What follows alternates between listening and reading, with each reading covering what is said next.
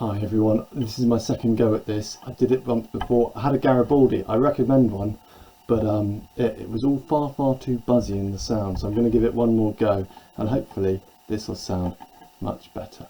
Alright, here we go. Here's our starter. It's very similar to yesterday's starter, only this time a little bit more to it. So pause the video, give it a go. Now hopefully you would have thought, yes, this all has to equal 0 when x is equal to -3. So you should have -3 squared plus, well, -3x plus q is equal to 0. And underneath that, when f is 4, or when x is 4, sorry, we'll have 2 times 16, won't we? Plus 4x plus q is equal this time to 21. And now we just need to clean these up a bit. So this one will become 2 times 9 is 18. So we'll have -3x plus q. That's plus 18. So if I'm going to take the 18 over to there, so that'll be -18. 32, oh, take 32 away, you have -11. 4x plus q, and nice little simultaneous equation. You can do it in the calculator, or I'm going to take the top one from the bottom one to leave me with 7x is equal to 7. So x is equal, actually, well, it should have been p every time, shouldn't it?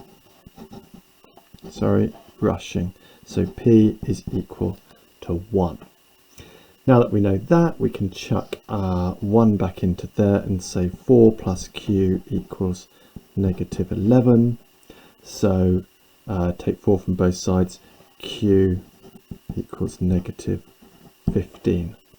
Now that we know that, we can write out that's part A. So for part B, we can say 2x squared plus x, take 15, is equal to 0. Or it doesn't need to equal to 0, we're just factorising it, aren't we?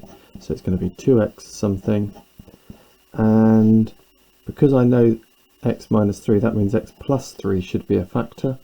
Does that work? 3 times -5, -5x plus 6x gives me 1x. Yes, it does. That's that done. Now, we're going to move on to the reverse chain rule, and this is actually going to be very similar to what we did yesterday. Now, it wasn't necessarily brilliantly done by me yesterday, I would say, so if you got mega confused, there's 2 reasons for that. One is, maybe I didn't do it as well as I could have done, but 2, it is confusing. So here we go. So we're going to reverse the chain rule. Before we do that, let's think about what the chain rule is.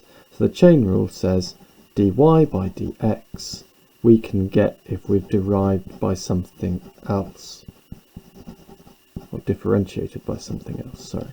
So what I'm going to do here is I'm going to consider the bottom part. I'm going to consider the fact that I know that I can integrate 1 over x to get x. So, and I'm going to be thinking, considering what happens. So that would, when I differentiate, because it's the inverse of it, isn't it? So that I'm going to be thinking about first of all. But I haven't got 1 over x. I've got 1 over x squared plus 1. So I'm going to say that I'm going to consider, because I know it's going to come out somewhere close to it, I'm going to consider y equaling the natural log of x squared plus 1 as a modulus, and I'm going to think of that as a bracket, because I'm then going to say let u equal x squared plus 1. I'm going to differentiate that by x to get me 2x, and I'm going to I'm going to say that y is equal to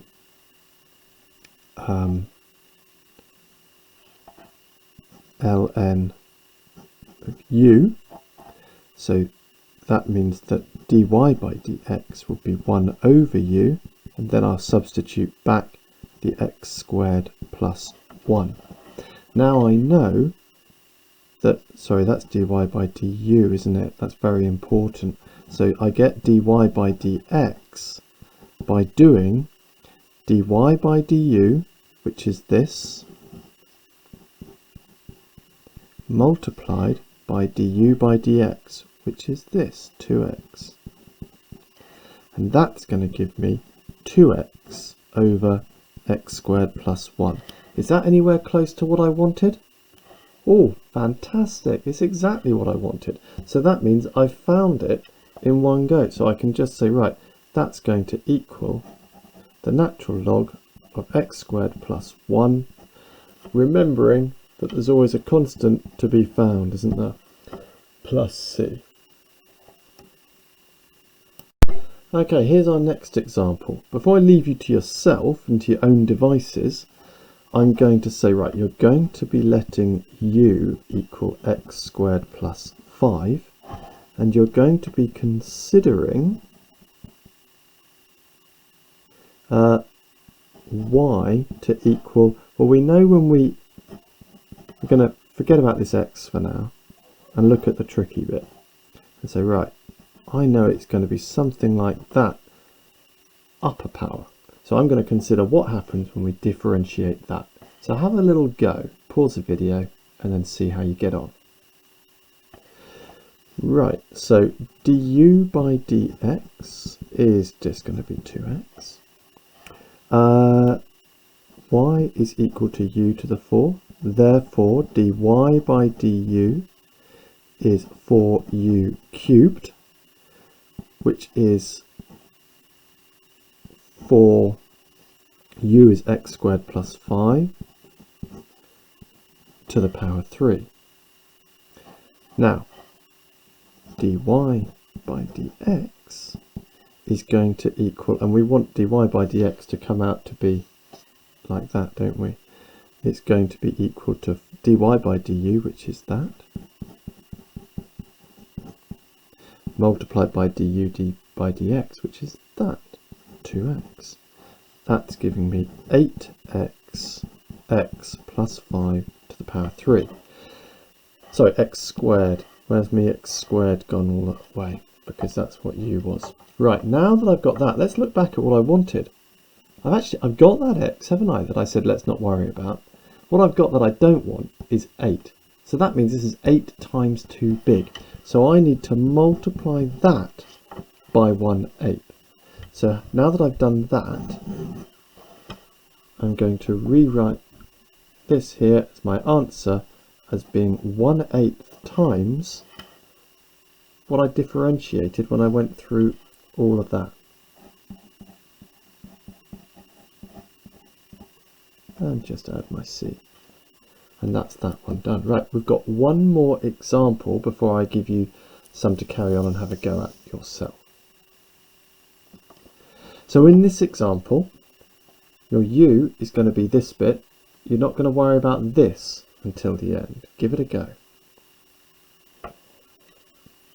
Right, so what I reckon my bracket is going to go up towards is 1 higher than 4, being 5. I know that my u is x squared plus 2x plus 3. When I differentiate that, I'm going to get 2x and I'm going to get plus 2. I'm then going to say, right, y is u to the power 5, so dy by du is 5u to the power 4, which is 5x squared plus 2x plus 3 to the power 4. And now to get my dy by dx, I need to do that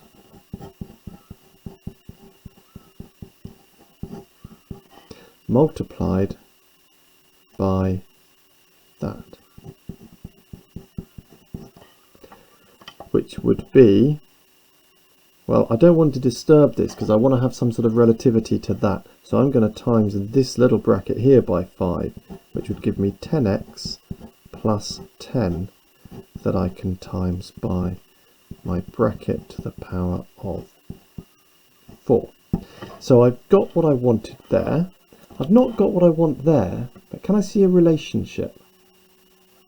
10 times x is 10x, 10 times 1 is 10. So this is actually 10 times too big. So this time I need to multiply it by a tenth. So I can put here that my final answer is going to be this multiplied by a tenth. So 1/10 x squared plus 2x plus 3 to the power of 5, and that is all plus c. Right, so what I'd like you to have a go at now is exercise 11D on page 297. If you haven't got your book, I will put the questions up with the answers on a separate slide in a moment, but it's a bit blurry, so if you've got your book, that would be better. Question 2, E and F. And question 3, you'll notice that we're avoiding all the trig stuff, which is fine. And that's that. So see you all on Tuesday, folks. Hope that goes well. Bye bye.